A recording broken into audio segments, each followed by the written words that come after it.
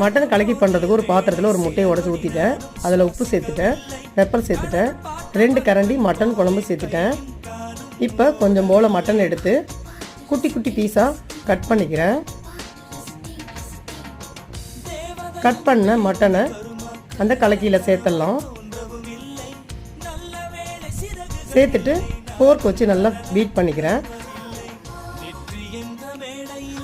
தோசைக்கல் நல்லா சூடான உடனே 1 ஸ்பூன் எண்ணெய் சேர்த்துட்டேன்.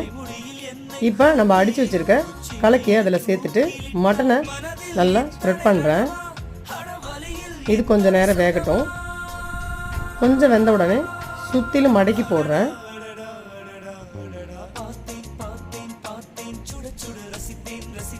மடக்கி போட்டு கொஞ்சம் நேரம் விட்டுட்டு நான் எடுத்துக்கிறேன். அவ்வளோதான், மட்டன் கலக்கி ரெடி.